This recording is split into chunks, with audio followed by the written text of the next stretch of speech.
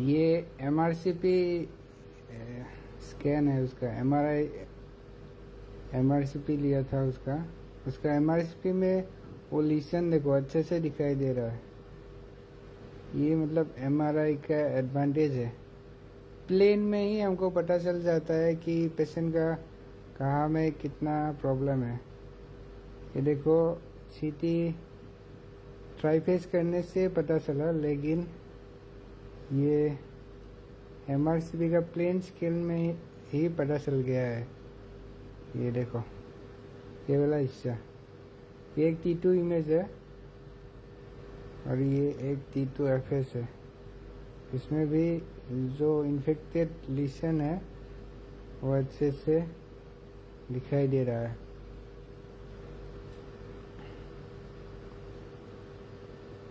ये T2 FS है। FS मतलब जहाँ में भी फैट है, ये लीवर है, वो डार्क आएगा, और जहाँ में इन्फेक्टेड फ्लूइड ऐसा कुछ है वो ऐसे ब्राइट आएगा।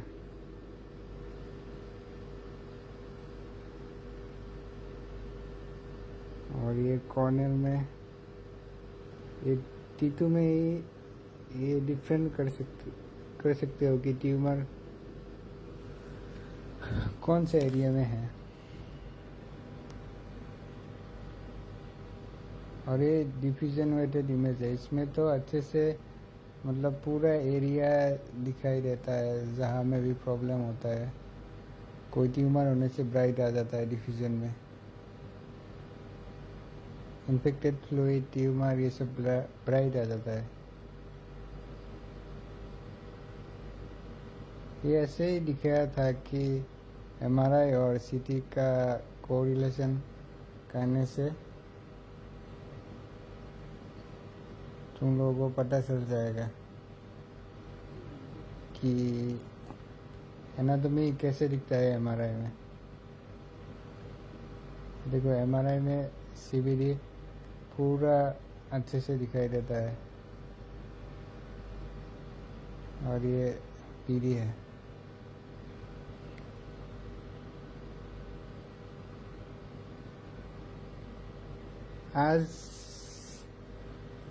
आज तो केस मिला है।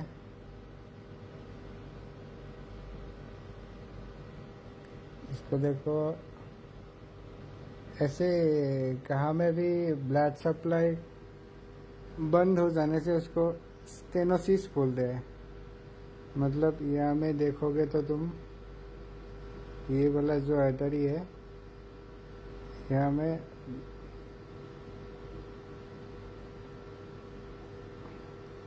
यहाँ में ब्लॉकेड हो गया है। तो ऐसा कुछ होने से ये इंटरवेंशन से यहाँ में कुछ कॉइल डाल के इसका फ्लो फिर से चालू करता है। आज जो पेशेंट है वो पेशेंट का एब्डोमिनल आर्टरी में ब्लॉकेज है।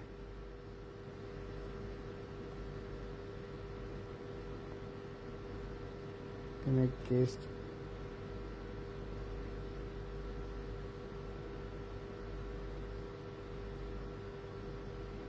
ये देखो, ये पेशेंट का एरोथोग्राम एडवाइस किया था। इसका देखोगे तो तुम लोग यहाँ में जो ये आर्टरी है इसका वॉल बहुत थिक है। ऐसा नॉर्मली इतना थिक नहीं रहता है। आप तो नॉर्मल पेशेंट का आर्टरी का वॉल तुमको दिखाई नहीं देता है। देखो आर्टरी का वॉल ही नहीं है, मतलब नॉर्मली ऐसे दिखाई देता है। वॉल तो है लेकिन ठीक नहीं रहता है। ये पेशेंट का प्लेन में देखोगे तो तुमको उतना आइडिया नहीं मिलेगा, थोड़ा बहुत कैल्सिफिकेशन ऐसा कुछ दिखाई देगा।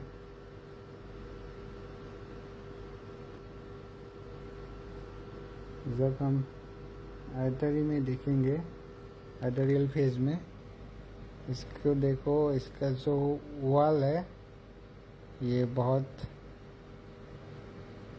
ठीक है, ठीक।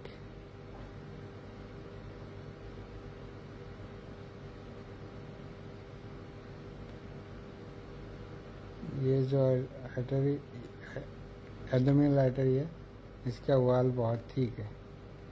इसके ऊपर से तुम लोग देखोगे तो ये जो किडनी और एब्डोमेन का जो भी आर्टरी है उस सब आर्टरी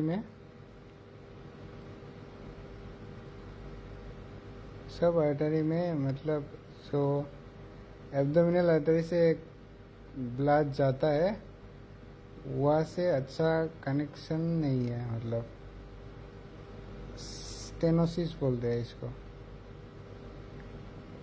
ये देखो यहाँ में ये जो रीनल आर्टरी, ये जो लेफ्ट साइड का किडनी से जो आर्टरी आया है वो एरोट्रा में डायरेक्टली नहीं, कनेक्शन नहीं दिखाई दे रहा है।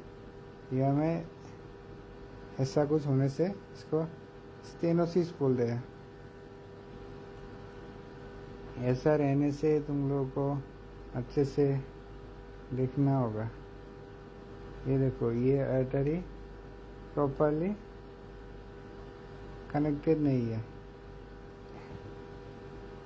इसके वजह से यहाँ में बहुत सारा छोटा छोटा आर्टरी से किडनी तक ब्लड आया है। मैंने इसका एक वीडियो बना के रखा है।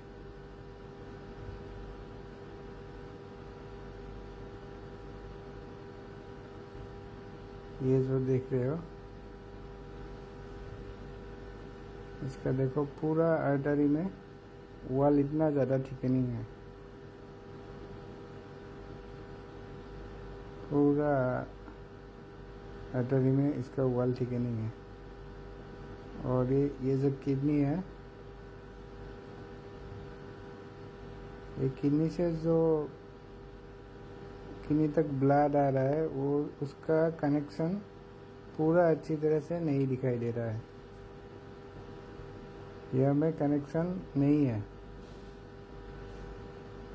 कॉन्ट्रास्ट एडजस्ट करके भी देखोगे तो इसका उतना वो नहीं है, कनेक्शन नहीं है। इसीलिए यहाँ में जो जितना सारा छोटा छोटा आर्टरी दिखाई दे रहा है यहाँ से ब्लड सप्लाई हो रहा है, लेकिन जो राइट साइड में किडनी है उसमें इसका अच्छा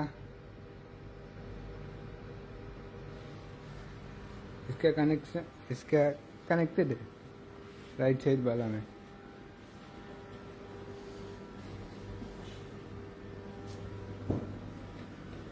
इसको थोड़ा MRP करके देखने से पता चलेगा, बाहर से छोटा छोटा आर्टरी आके किडनी तक ब्लड सप्लाई कर रहा है।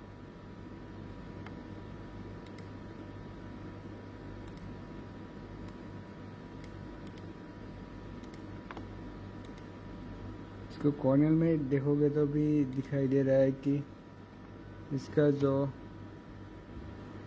वॉल है एब्डोमिनल आर्टरी का, इसका वॉल बहुत थिकनिंग है। इसके वजह से बहुत सारे आर्टरी से जो ब्लड जाने का रूट है वो ब्लॉकेज हो गया है। इसको स्टेनोसिस बोलते हैं।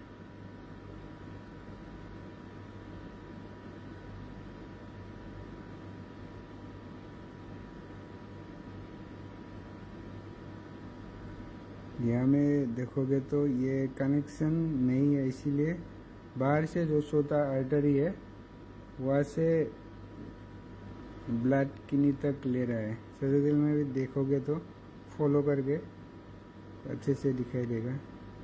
ये जो है ये राइट किडनी से, ये वाला जो आर्टरी है राइट किडनी से आके ये एब्डोमिनल आर्टरी में ये कनेक्ट हो गया है।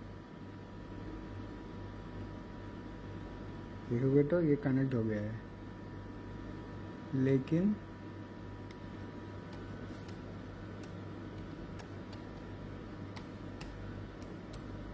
जो लेफ्ट साइड से आ रहा है वो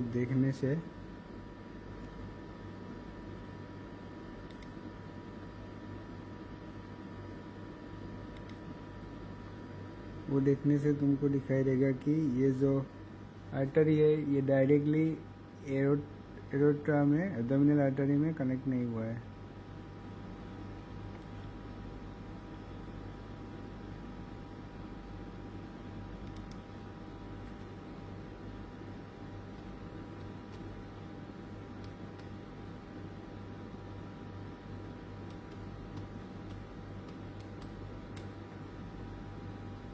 ये हमें फियर में देखने से अच्छे से पता चलेगा।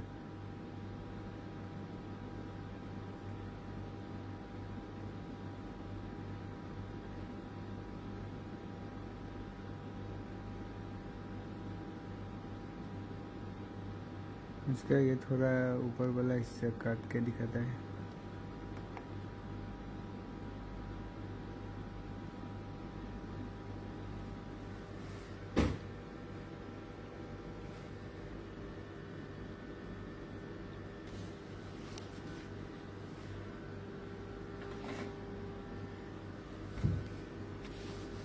इसका ये बोन ऐसे तुम लोग काट सकते हो। तुम लोग जब फिल्म दोगे,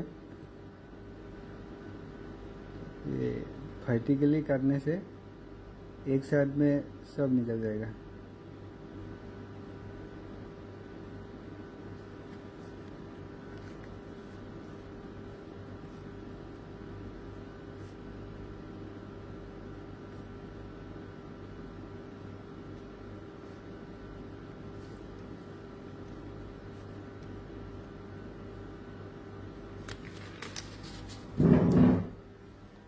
इसको देखोगे तो ये जो राइट साइड वाला रीनल आर्टरी है, इसका कनेक्शन है लेकिन कम है। लेकिन लेफ्ट साइड वाला में देखोगे तो कनेक्शन टोटली नहीं है।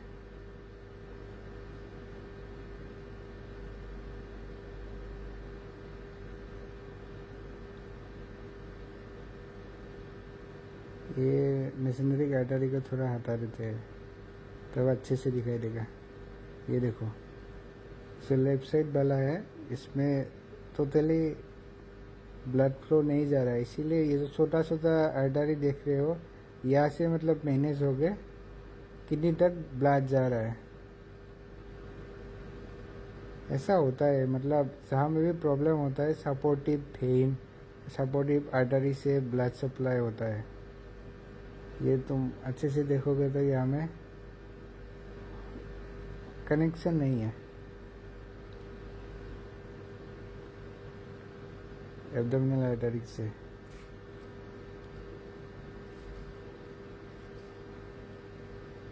और तुम लोग देखोगे तो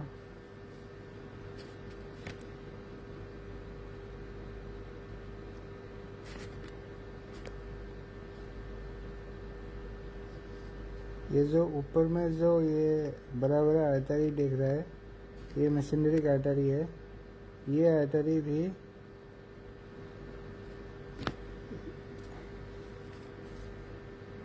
आर्टरी भी प्रॉपर कनेक्टेड नहीं है।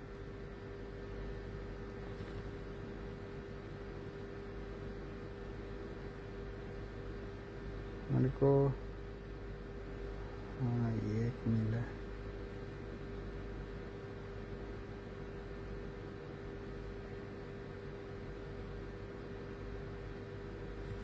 तो ये पेशेंट का यही प्रॉब्लम है। और सीटी एरोथोग्राम करने से ये हार्ट्स ऑफ एओर्टा से स्कैन लेना पड़ेगा।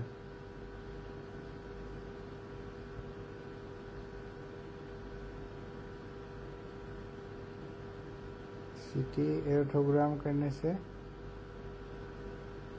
ये जो लीवर से ऐसे एओर्टा से आर्ट्स ऑफ एओर्टा से ये निकल के आके एब्डोमिनल आर्टरी से नीचे फीमर में चला गया है। ये पूरा लेना पड़ेगा, यहाँ से लेके यहाँ तक। आर्टेरियल वेनस प्लेन भी ऐसे लेना होगा। ये जिसने लिया है ज़्यादा ही लिया है, इतना नहीं चाहिए ऐसे तो। ये देखता है कभी कभी ये आर्टरी में वो और दूसरा कोई प्रॉब्लम रहता है, इसीलिए इसको करने के लिए देता है। तुम लोग जब स्कैन लोगे ये पूरा एरिया लेना पड़ेगा, एंजियो फेज में भी इसमें जैसे लिया है। और कोई सा भी एंजियो करो, जो फ्लो रेट है वो 4.5 मिनिमम सही होता है, और जो कॉन्ट्रास्ट है वो 90 to 110 ऐसा देने से अच्छा है, क्योंकि यहाँ में तुम कॉन्ट्रास्ट कम दोगे तो यहाँ में जो भी आर्टरी से प्रॉब्लम है वो अच्छे से नहीं आएगा। कहाँ में लीकेज होने से वो नहीं आएगा, कहाँ में ये स्टेनोसिस होने से वो पता ही नहीं चलेगा। कॉन्ट्रास्ट अच्छे से नहीं आने से यहाँ में कॉन्ट्रास्ट अच्छा मात्रा में दिया है, इसीलिए जो स्टेनोसिस है वो प्रॉपरली पता चला है। नहीं तो कौन सा आर्टरी में आएगा ही नहीं, क्योंकि जब एंजियो होता है ब्लड फ्लो ज़्यादा होना चाहिए, तभी पता चलेगा कि प्रॉब्लम कौन सा एरिया से स्टार्ट है और कहाँ में जो प्रॉब्लम है वो पता चलेगा।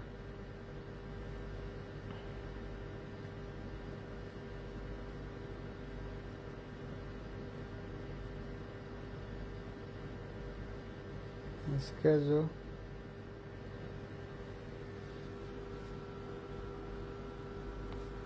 जो आर्टरी है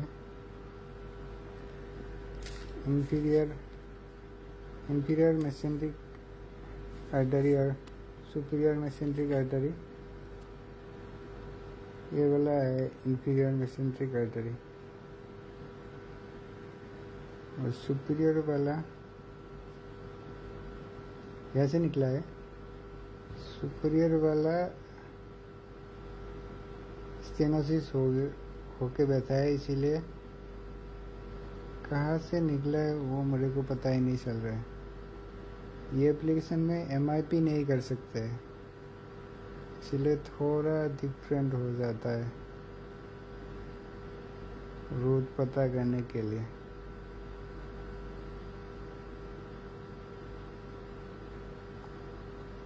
ये यहाँ से इंफीरियर वाला ऊपर से निकलता है और सुपीरियर वाला नीचे से निकलता है, मेसेंट्रिक आर्टरी। और कभी भी इंजरी हो तो ये आर्टरी देखना चाहिए, क्योंकि यहाँ में इंजरी होने से ब्लीडिंग हो सकता है, एन्युरिज्म दिखाई देगा जब ब्लीडिंग होगा। तो ये केस तो यहाँ में ही ख़त्म है। ऐसे देखो नॉर्मली इतना आर्टरी का वॉल इतना ठीक नहीं रहता है, ये पेशेंट का प्रॉब्लम है, इसलिए इतना ठीक दिखाई दे रहा है, मतलब कॉलोन जैसा दिखाई दे रहा है, इतना नहीं रहता है। कॉलोन में जैसे वॉल इतना ठीक नहीं है, इसमें भी ऐसा दिखाई दे रहा है, लेकिन ऐसा नहीं होता है। ऐसा कुछ होने से MRP करके या सिंगल इमेज भी दे सकते हो। ऐसे सिंगल एक इमेज देने से पता चल जाएगा कहाँ में कितना, और प्रॉब्लम नहीं होने से ये सिमिलर रहता है। इसका तुम देखोगे तो ये थोड़ा नदी के जैसा है, कहाँ में छोटा हो गया है, कहाँ में बड़ा हो गया है, ऐसा नहीं रहता है। नॉर्मल एक एंजियो नॉर्मल स्कैन में उतना इरेगुलर नहीं रहता है।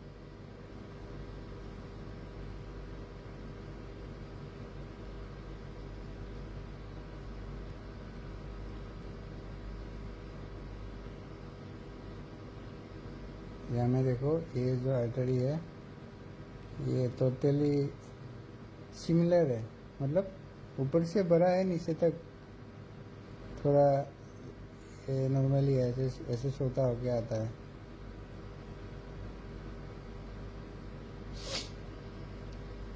इनका यही है, इसका वेनस फेज भी लेना पड़ता है, क्योंकि कोई केस में ये वेनस में थ्रोम्बोसिस रहता है। उस दिन एक लोअर एब्डोमेन एंजियो दिखाया था कि वेनस में ब्लॉकेज रहता है कभी कभी, वो भी देखना ज़रूरी होता है। इसमें तो नहीं है, और दूसरा केस है उसका स्प्लेनिक रप्चर।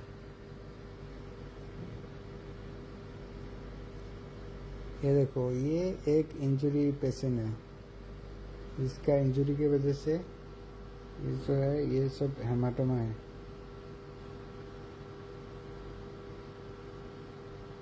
ये देखो ये सब ये लेट इंजरी है शायद, ये सब हेमाटोमा है, ब्लीडिंग हो गया है एब्डोमेन में।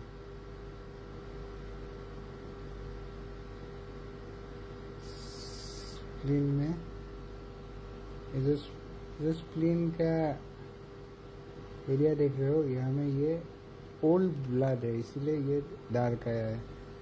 मतलब एक दिन हो गया है, ऐसा कुछ हो सकता है। और ऐसा इमरजेंसी से कभी कभी पॉलीट्रोमा आता है, वो देखने के लिए कि इंजरी हुआ है या नहीं है, तब ऐसा दिखेगा प्लेन स्कैन में। ऐसा इरेगुलर स्प्लीन या लीवर दिखने से पता चल जाना चाहिए कि यहाँ में इंजरी हुआ है। ये पेशेंट को जब तुम आर्टेरियल स्कैन लोगे तो ज़्यादा मतलब बड़ा आर्टरी कहाँ में इंजरी होने से तुम लोगों को डायरेक्ट एनेरिज्म दिखाई देगा, लेकिन यहाँ में इतना ज़्यादा आर्टरी, इतना बड़ा आर्टरी का वो नहीं हुआ है, तो इसीलिए यहाँ में वो फाइंडिंग्स नहीं मिलेगा। ऐसा कुछ पेशेंट मिलने से मैं ऐसा कुछ भी दिखाएगा प्रॉब्लम आने से। ये देखो तुम, आर्टरी में उतना नहीं आता है, ये थोड़ा पता चल गया है। या में ये जब ऐसा ये देखोगे तो ये कलेक्शन है, ऐसा कुछ होने से इसको मैसेंडरिक कलेक्शन बोलता है। और ये ब्लीडी है मोस्ट प्रोबेबली, क्योंकि इसका इंजरी हुआ है। तुम इसका ये पोर्टल फेस देखोगे तो अच्छे से पता चल जाएगा। जो स्प्लीन है, स्प्लीन तो इतना बड़ा होना चाहिए था, स्प्लीन का साइज है, लेकिन इसका इंजरी की वजह से इतना हिस्सा ही ब्लड सप्लाई हुआ है यहाँ में। तो ये वाला हिस्सा पता चल रहा है कि यहाँ तक ही ब्लड गया है, बाकी जो एरिया है वो इंजरी की वजह से वो ब्लड सप्लाई नहीं गया है, ब्लीडिंग हो गया है। और ऐसा कुछ हो सकता है ब्लॉकेज हो गया है इंजरी की वजह से, ब्लीडिंग हो गया है मतलब वो हिस्से में। ऐसा प्लेन स्कैन मिलने से तुम लोगों को एंजियो करना पड़ता है, क्योंकि ये सीवियर कंडीशन है। ऐसा कुछ ब्लीडिंग होने से पेशेंट का हीमोग्लोबिन जल्दी फॉल हो जाएगा।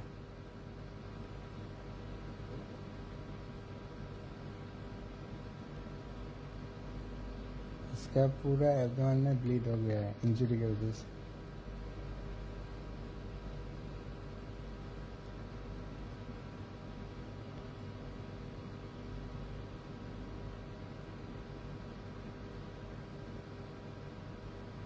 ये देखोगे तो ये एब्डोमेन का एरिया से बाहर ये जो लीवर का साइड में ये हाइपोडेंस दिखाई दे रहा है, और ये जो है स्प्लीन का साइड में इसका डेंसिटी सेम है, मतलब ये ओल्ड ब्लड है।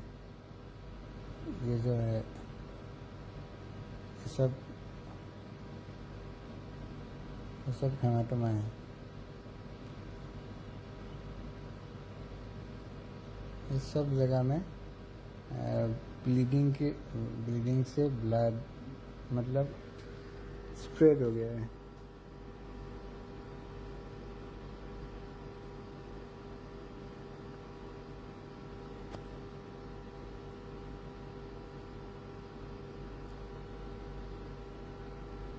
ये एक छोटा एमआरसीपी का आइडिया दे देते हैं, क्योंकि एक साथ सब कुछ नहीं दिखा सकता, ऐसा कुछ केस भी नहीं मिलता है सिमिलर। तो ये जो पेशेंट का लीवर में प्रॉब्लम था वो तो यहाँ में आ गया है। उसके बाद तुम देखोगे तो ये एमआरआई में सब ऑर्गन थोड़ा अलग अलग कॉन्ट्रास्ट में दिखाई देगा। ये जो है ये स्प्लीन है, ये जो वाइट एक लाइन गया है ये पीडी है, ये पेंक्रियास है। ये जो लाइन गया है ये पीडी है, पेंक्रियाटिक डग, और ये जो है ये स्प्लीन है, सॉरी ये लीवर है, और ये तो गोल ब्लैडर है, ये किडनी है। तुम अभी देखोगे तो ये स्टोमक है, स्टोमक में ईयर है, देखोगे तो हर एक ऑर्गन का अलग कंट्रास्ट है। किडनी थोड़ा ब्राइट है, यहाँ में ब्लड है, स्प्लीन थोड़ा कम ब्राइट है, यहाँ में भी ब्लड है लेकिन कम ब्लड है, लेकिन लीवर में ज़्यादा फ्लूइड है, इसलिए ये थोड़ा फ्लूइड नहीं है, लीवर में ब्लड कम है, मतलब लीवर का टिश्यू में ब्लड सप्लाई उतना नहीं रहता है, और ये फैटी लीवर है शायद थोड़ा, इसीलिए भी ये डार्क है। जो मसल है मसल डार्क आता है, जो फैट है वो ब्राइट आता है। ये T2 इमेज है, T2 में फ्लूइड जो है वो ब्राइट आता है और फैट ब्राइट आता है। फ्लूइड ज़्यादा ब्राइट है, फैट थोड़ा कम ब्राइट है, और उसके बाद मसल ज़्यादा ब्लैक है। उसके बाद जो ऑर्गन है उसके ऊपर डिपेंड होके उसका कॉन्ट्रास्ट देखने से तुम लोगों को एक आइडिया हो जाएगा।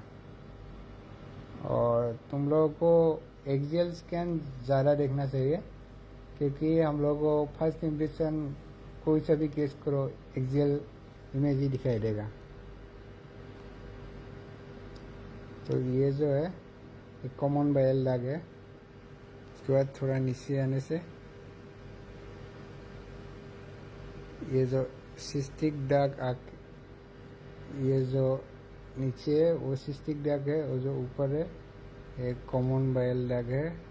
उसके बाद ये जो दो कनेक्ट हो गया है ये सीबीडी है। ऊपर वाला कॉमन बाइल दाग है, इसको कॉर्नर में देखने से अच्छे से पता चलेगा।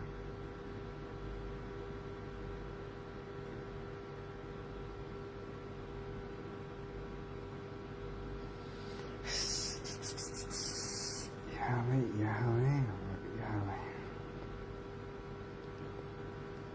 ये जो है राइट हेपाटिक डग, ये लेफ्ट हेपाटिक डग। उसके बाद ये है कॉमन बाइल डग, ये मतलब दोनों एक साथ है इसलिए ये कॉमन है। उसके बाद ये स्प्लीन है, ये सिस्टिक डग है जो स्प्लीन से निकल के सीबीडी में लगा है। ये कॉमन हेपाटिक डग है ये वाला, और ये सीबीडी है कॉमन बाइल डग। कॉमन हेपाटिक डग, ये राइट हेपाटिक डग, और ये लेफ्ट हेपाटिक डग, और ये सीबीडी। और ये जो गया है ये पीडी है। और ये जो स्टोमक से, और ये देखोगे तो ये जो ब्राइड है ये ड्यूडेनम है। स्टोमक ऐसे घूम के आके यहाँ से ये जो स्टोमक है ये ड्यूडेनम है, और ये जो सीबीडी है ये आके ड्यूडेनम में कनेक्ट होता है।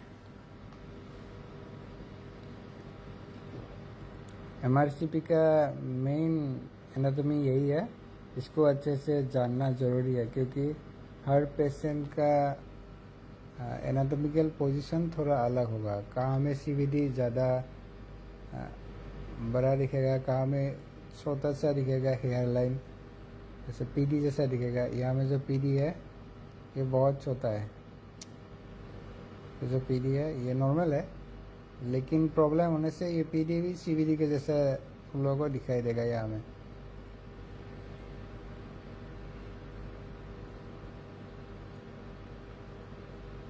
और T2 इमेज में जहाँ में भी तुमको ब्राइट दिखाई देगा वो फ्लूइड है, ये जैसे फ्लूइड है ये भी फ्लूइड है, और ये फैट है, क्योंकि इसका और इसका डेंसिटी सेम है, तो ये फ्लूइड नहीं है। लेकिन फ्लूइड होने से इतना ब्राइट रहना चाहिए, इतना ब्राइट। और ये T2 इमेज है। और MRCP में T1 का उतना रोल नहीं है, फिर भी देखने में तुम लोगों को पता चलेगा कि T1 में भी हर ऑर्गन का कॉन्ट्रास्ट अलग रहता है।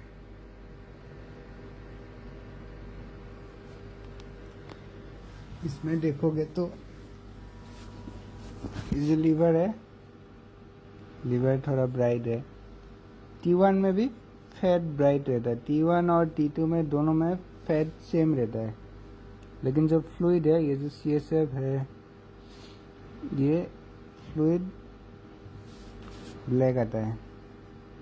किडनी में जो यूरिन है वो ब्लैक आ रहा है। यहाँ में देखो स्प्लीन ऐसे थोड़ा ग्रे आएगा, और लीवर थोड़ा ज़्यादा वाइटिश आएगा, और मसल ऐसे आएगा। थोड़ा थोड़ा कॉन्ट्रास्ट डिफरेंस आएगा, लेकिन मेन है जो फ्लूइड है T2 में वो ब्लैक आएगा।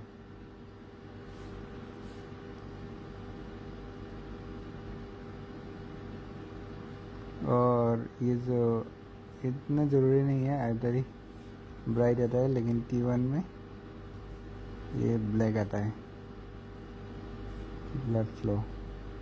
और ये T2 FS है। FS मतलब T2 है, T2 ही है, लेकिन उसमें फैट जो है वो ब्लैक आता है। जब भी FS बोला जाएगा MRI में, उसमें फैट तुमको ब्लैक दिखेगा।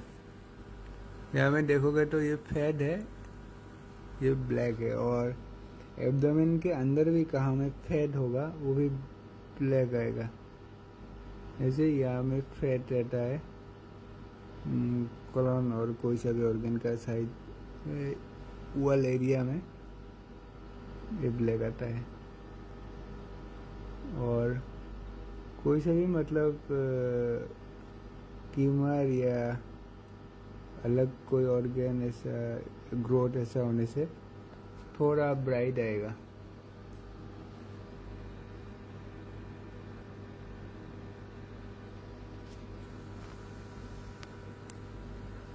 ये DWA इमेज है, इसको ADC बोलते हैं। इसमें इमेज ऐसे ही आएगा, जहाँ में प्रॉब्लम है वो हमें ज़्यादा ब्राइट आ जाएगा ट्यूमर वगैरह होने से, और इडिमा होने से थोड़ा ऐसा ग्रेइश आएगा। लेकिन ये जो है ये नॉर्मल ही है।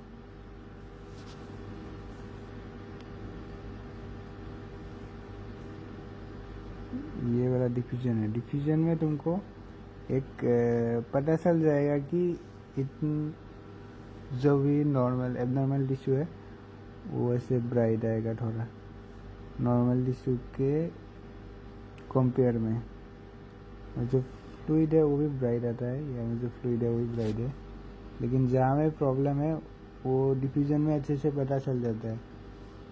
कभी कभी मतलब टाइम नहीं होने से जस्ट डिफ्यूजन सीक्वेंस देख के पेशेंट को तुम जाने दे सकते हो ये थोड़ा नॉर्मल है। और ये 3D सीक्वेंस है MRCP का।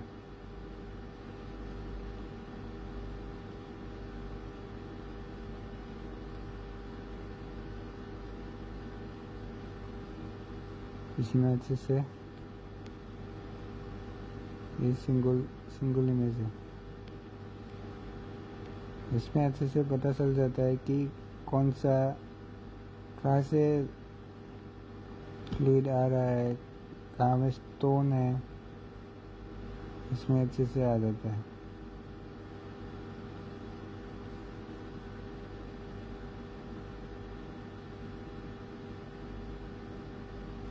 ये पेशेंट का तो प्रॉब्लम लिवर में ही है।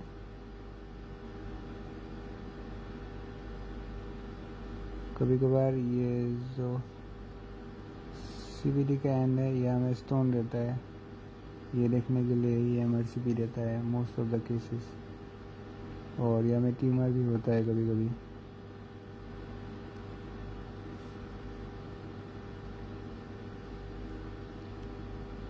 इसको एम्पुला बोल रहे हैं। सीबीडी और पेंक्रियास और ड्यूडेनम जहाँ में कनेक्ट होता है इसको एम्पुला बोल रहे हैं।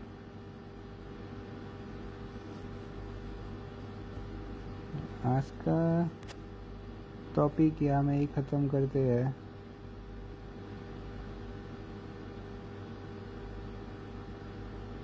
ऐसे आर्टरी में कैल्सिफिकेशन होने से वो नॉर्मल रहता है, लेकिन आर्टरी का तुम लोग वॉल थिकनिंग ज़्यादा देखोगे तो ये एब्नॉर्मल है। इसके वजह से जो ब्रांचेस निकलता है एब्डोमिनल आर्टरी से वो हमें स्टेनोसिस डेवलप हो सकता है, मतलब ब्लॉकेज हो सकता है। ये देखना है कभी कभी एंजियो करने से।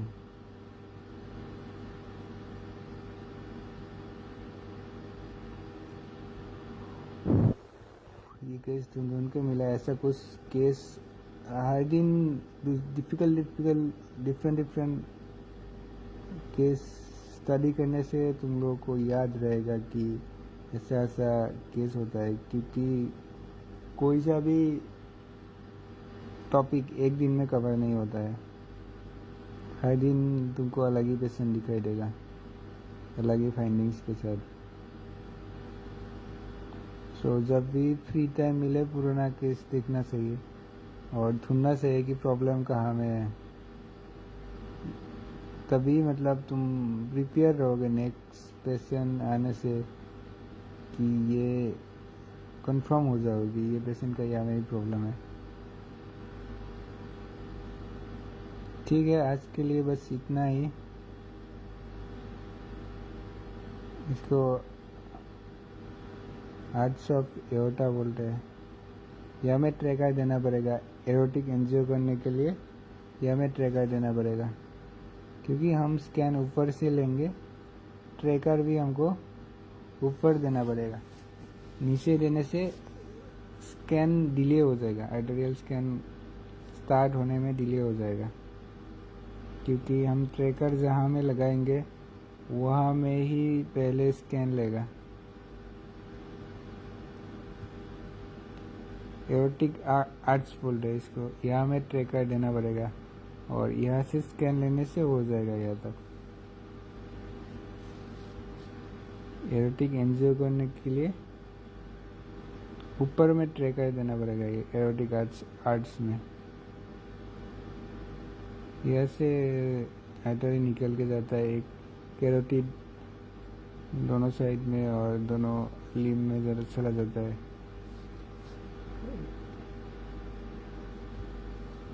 तो ये ऊपर से लेने से कुछ नहीं, अच्छा ही है, क्योंकि ऊपर में भी प्रॉब्लम हो सकता है इसके वजह से।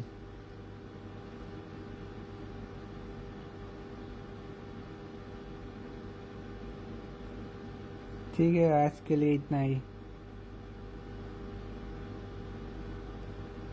Bye bye.